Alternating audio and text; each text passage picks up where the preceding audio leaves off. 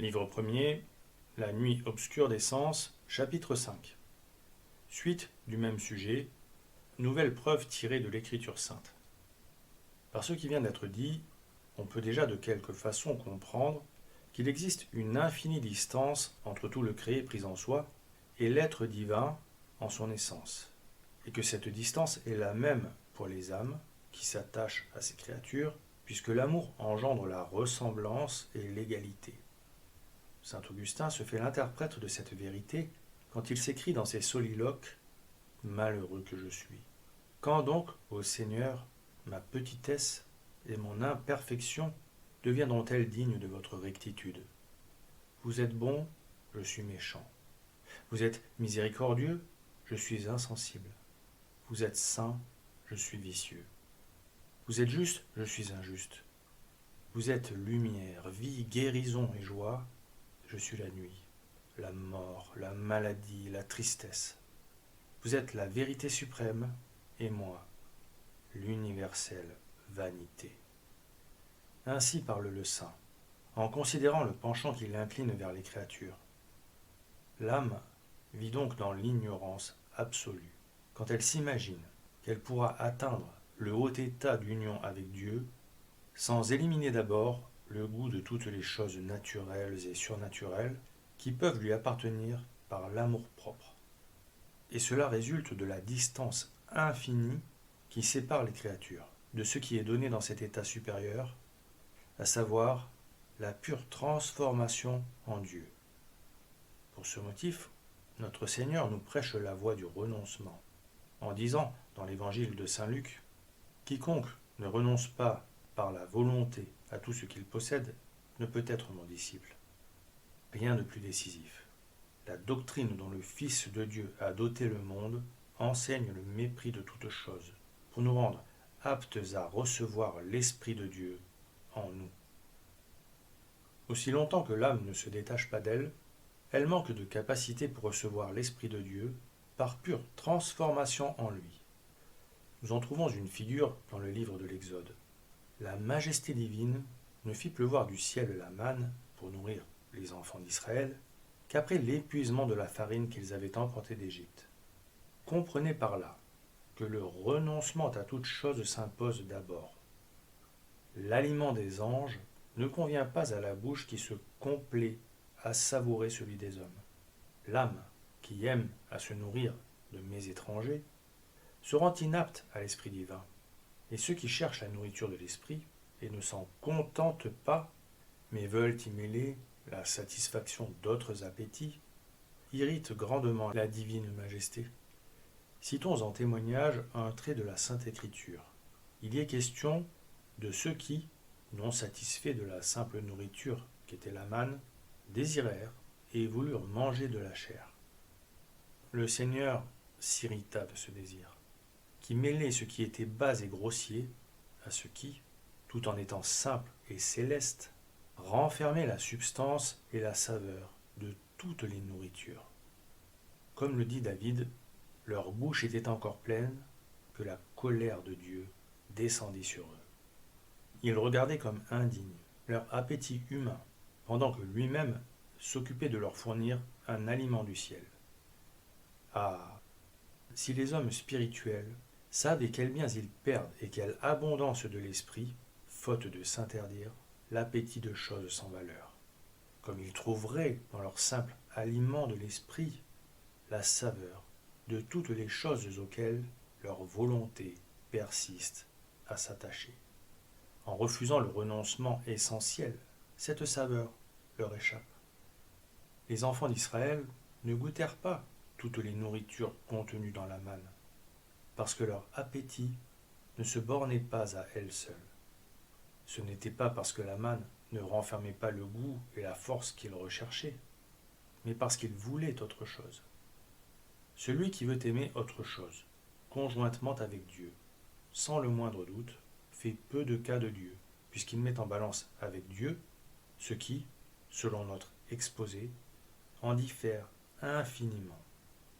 L'expérience prouve que la volonté, en se passionnant pour un objet, l'estime plus qu'un autre, lors même que ce dernier aurait plus de valeur que celui qui l'aime, si sa préférence reste au premier. Vouloir mettre sur le même pied les deux objets, c'est nécessairement faire injure au principal, puisqu'on établit une injuste égalité. Or, rien ne peut s'égaler à Dieu, et c'est l'offenser gravement que d'aimer autre chose en même temps que lui et de s'y attacher. D'après cela, que faut-il penser d'une âme qui aime cette chose de préférence à son Dieu? Écoutons comment Dieu même nous le fait comprendre, quand il ordonna à Moïse de gravir la montagne pour l'entretenir face à face. Il ne suffit pas qu'il monte seul, laissant dans la plaine les enfants d'Israël, mais les troupeaux même ne peuvent paître en vue de la montagne. Le sens spirituel est celui-ci. L'âme, appelée à gravir le mont de la perfection pour y communiquer avec Dieu, doit non seulement renoncer aux choses humaines et les laisser en bas, mais même à ses appétits, représentés par les animaux. Il ne faut pas qu'elle leur permette de paître en vue de la montagne, c'est-à-dire de se nourrir des autres choses que Dieu seul. Lui est l'aliment unique qui calme toute faim dans l'état de perfection.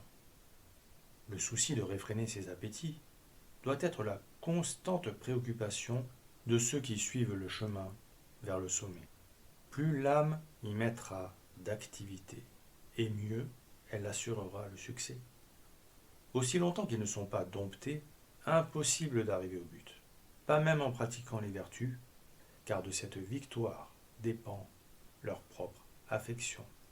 Et elle exige une âme vide, dénuée et purifiée de tout appétit. En voici une figure frappante, empruntée à la Genèse. Avant de gravir le mont Béthel, où il désirait établir un autel pour sacrifier à Dieu, le patriarche Jacob donne 3 ordres à ses gens. Le premier, de rejeter les dieux étrangers. Le second, de se purifier. Et le troisième, de changer de vêtements. Il en est de même de l'âme. Pour gravir la montagne et y servir d'autel sur lequel on offre à Dieu un sacrifice d'amour pur, de louange et de révérence, il faut qu'elle accomplisse parfaitement les mêmes ordres, qu'elle bannisse de son cœur tous les dieux étrangers, qui sont les affections et les attaches de la nature, qu'elle se purifie au moyen de la nuit obscure du sens, dont nous avons parlé, de l'arrière-goût des dites affections laissées dans l'âme par le renoncement et un repentir méthodique. Enfin, pour atteindre le sommet, qu'elle change de vêtements. Si les 2 premiers commandements ont été fidèlement exécutés, Dieu même substituera de nouveaux vêtements aux anciens. Cela consistera à douer l'âme d'une nouvelle façon de comprendre et d'aimer Dieu en Dieu. Cette connaissance et cet amour nouveau de Dieu en Dieu dépouilleront la volonté de ses anciens désirs et penchants humains, pour mettre dans l'âme une science nouvelle et un abîme de délices. Rien ne subsistera des vieilles images et des connaissances antérieures. Le vieil homme aura disparu, avec ses aptitudes d'être naturel, et l'âme se verra revêtue de nouvelles aptitudes surnaturelles, agissant sur toutes ses puissances. De cette façon, son action humaine sera transformée en action divine.